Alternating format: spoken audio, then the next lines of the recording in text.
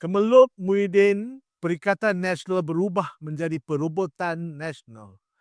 Minggu bermula dengan Tuan Ibrahim Tuan Man, Timbalan Presiden PAS memberitahu bahawa Majlis Tertinggi Perikatan Nasional akan bermesyuarat pada malam 29 Januari 2026. Namun, 4 hari kemudian mesyuarat ini dibatalkan dan sebaliknya Presiden setiap parti akan berjumpa di Rumah Presiden Bersatu Muhyiddin Yassin.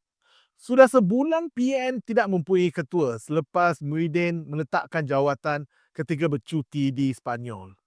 PAS dan Bersatu tidak mengesahkan bahawa Muhyiddin melepaskan jawatan kerana perubahan Menteri Besar di Perlis daripada PAS kepada Bersatu sekitar Christmas. Seterusnya, semua ketua negeri PN daripada Bersatu kecuali Mas Ermiati Syamsuddin di Melaka telah meletakkan jawatan bulan lalu mengikut contoh Muhyiddin. PAS menguasai majoriti kerusi PN di Parlimen dan dijangka mengetuai gabungan tersebut. Tetapi tidak. PAS sendiri berhadapan dengan perdebatan sama ada naib Presiden merangkap MB Terengganu Syamsuddin Mokhtar ataupun Tuan Ibrahim sendiri yang akan menggantikan Muhyiddin. Dalam masa yang sama, Muhyiddin bertemu Presiden PAS, Hadi Awang pada 16 Januari. 2 minggu kemudian, Muhyiddin dan Hadi mempunyai versi berbeza mengenai pertemuan mereka.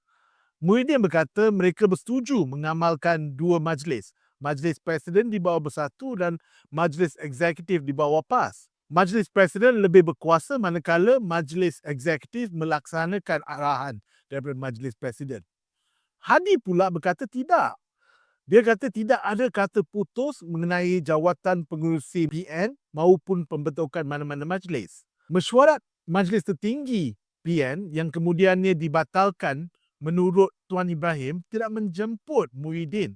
Di Parlimen semalam, bersama dengan ahli-ahli Parlimen PN, Timbalan Presiden Bersatu Hamzah Zainuddin memberitahu yang dia tidak dijemput ke mesyuarat khas yang diadakan di rumah Muhyiddin malam semalam. Jika tujuan PN adalah untuk meresahkan satu Malaysia, mereka telah berjaya.